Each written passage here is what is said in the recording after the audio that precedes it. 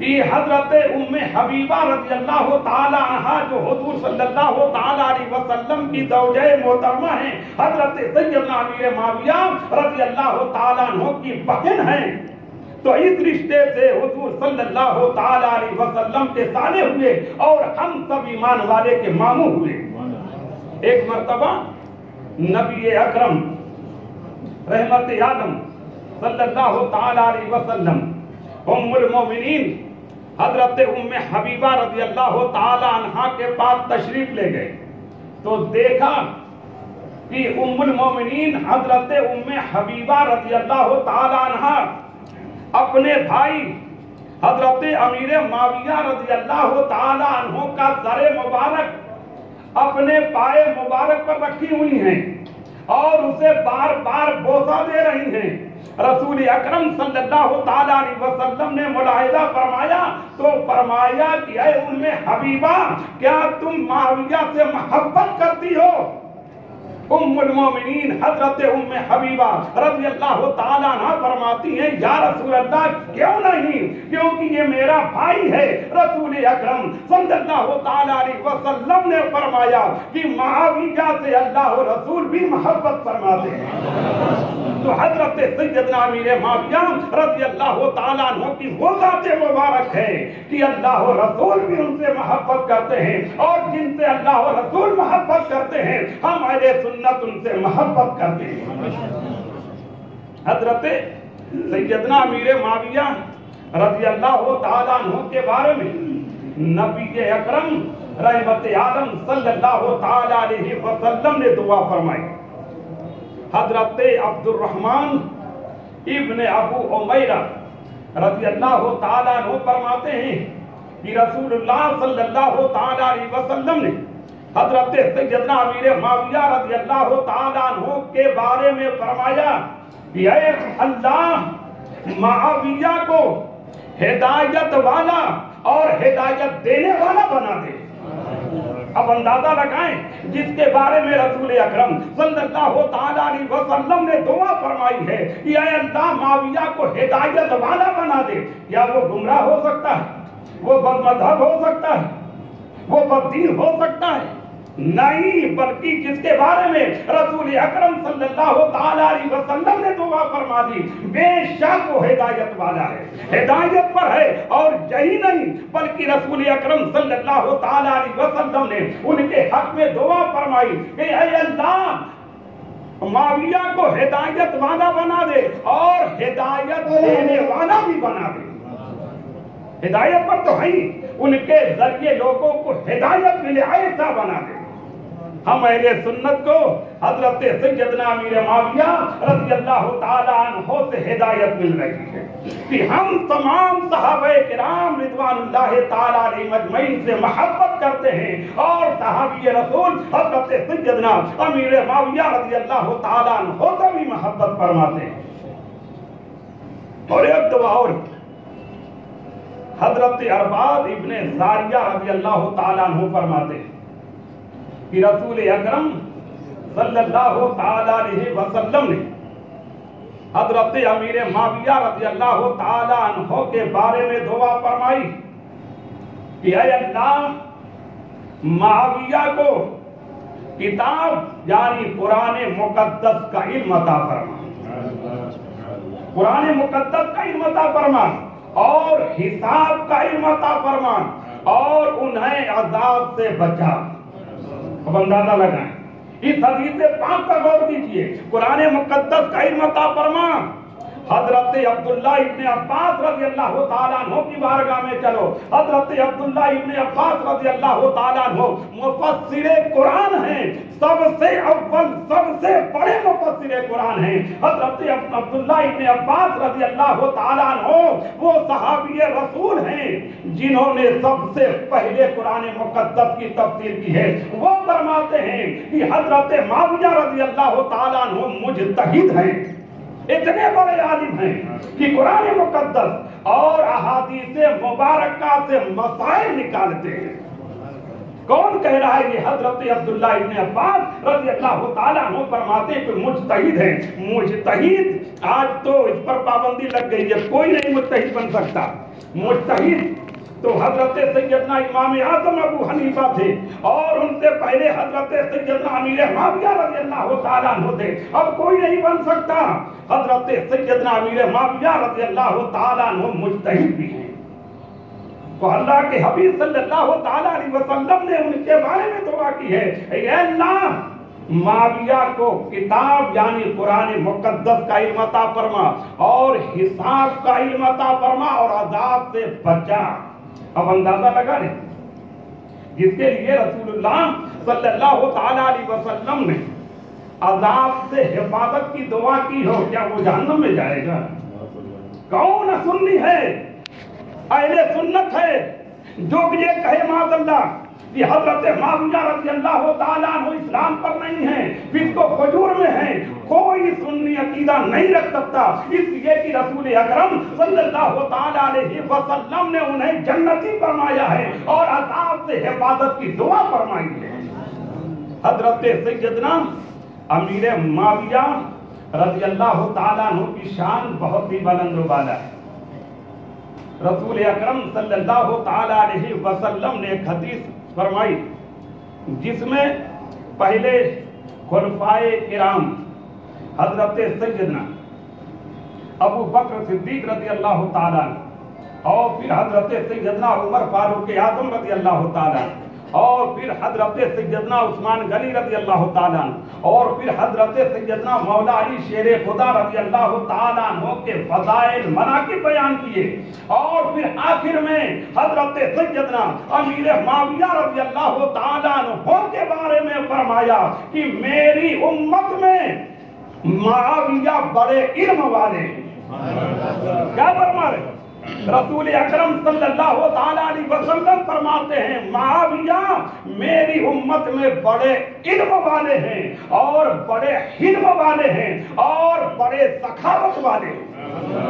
دیکھ رہے ہیں کون تعریف کر رہا ہے؟ اللہ کے حبیب سید عالم صلی اللہ تعالیٰ علیہ وسلم فرماتے بڑے علم والے ہیں۔ تو ان کے علم کا کیا کہنا کہ حضرت عبداللہ ابن عباس نے فرما دیا کہ وہ مجتہد ہیں اور حلم والے، بردبار۔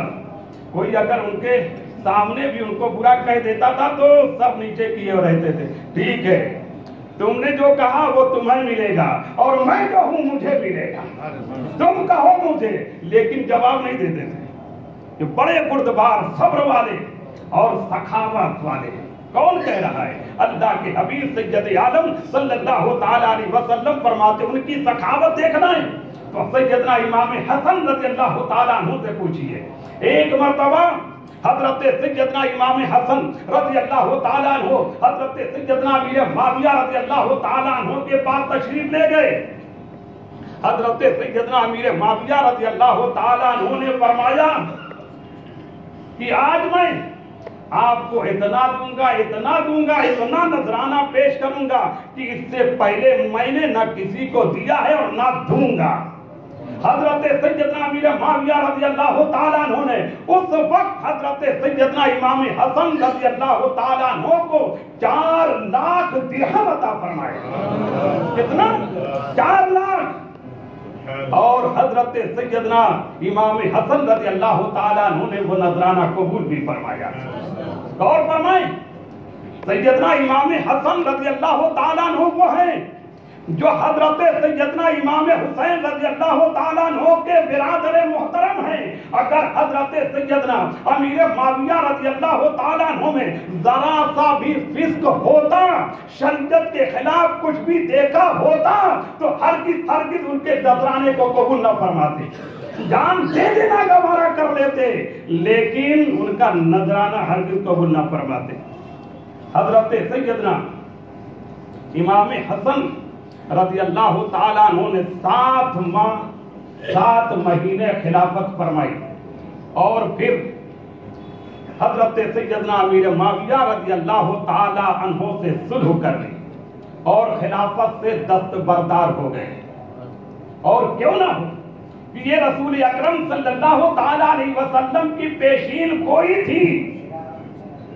حضرت سیدنا امام حسن رضی اللہ تعالیٰ عنہ کا بچپنا تھا،